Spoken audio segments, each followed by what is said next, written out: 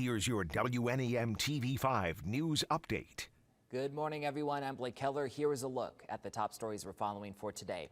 Overnight, a house fire out of Swan Creek Township. That call came in just after midnight in the 2300 block of South Graham Road, and multiple departments responded, including Chesaning Fire and Tri-Township Fire. According to the Tri-Township Fire Chief, the entire house has substantial damage and even had to be torn down. Everyone did get out safely, though, with no injuries. The Consumers Energy crew also on scene repairing a damaged gas line. The fire chief says, though, the gas line does not appear to be the cause of the fire, but it was instead damaged by it. No word yet on how the fire started, but stay with TV5 for those updates. Flint Community Schools considering a plan to tear down two buildings with a long history in the community.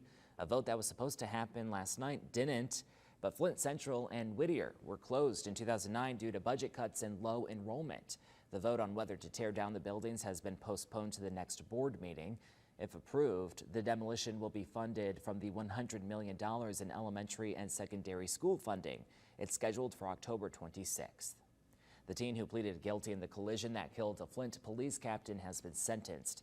Captain Colin Burney was a 26-year veteran of the agency who died in February after a head-on crash while on his way home in Mount Morris Township. Tuesday, the teen was sentenced to a juvenile detention facility. There will be a review in 30 days, and Flint Police accepts the ruling. All right, here's Matthew checking out your forecast for today.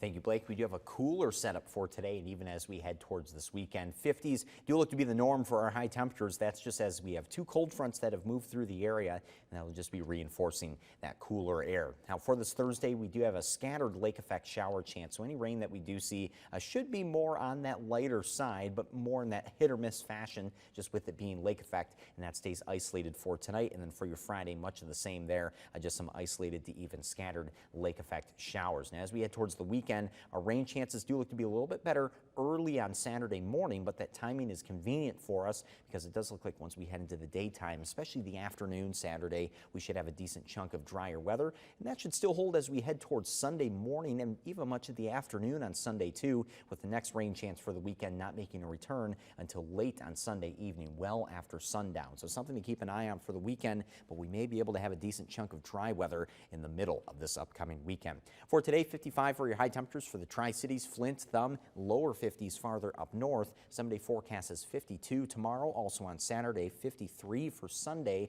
and then 46 on Monday. We'll hold those middle 40s for the first 3 days of next work week, and there is a possibility Sunday night and Monday night we could see some wet snowflakes mixing in as well. Remember to tune into WNEM TV5 on air and online 24/7 for the latest news, weather, and information.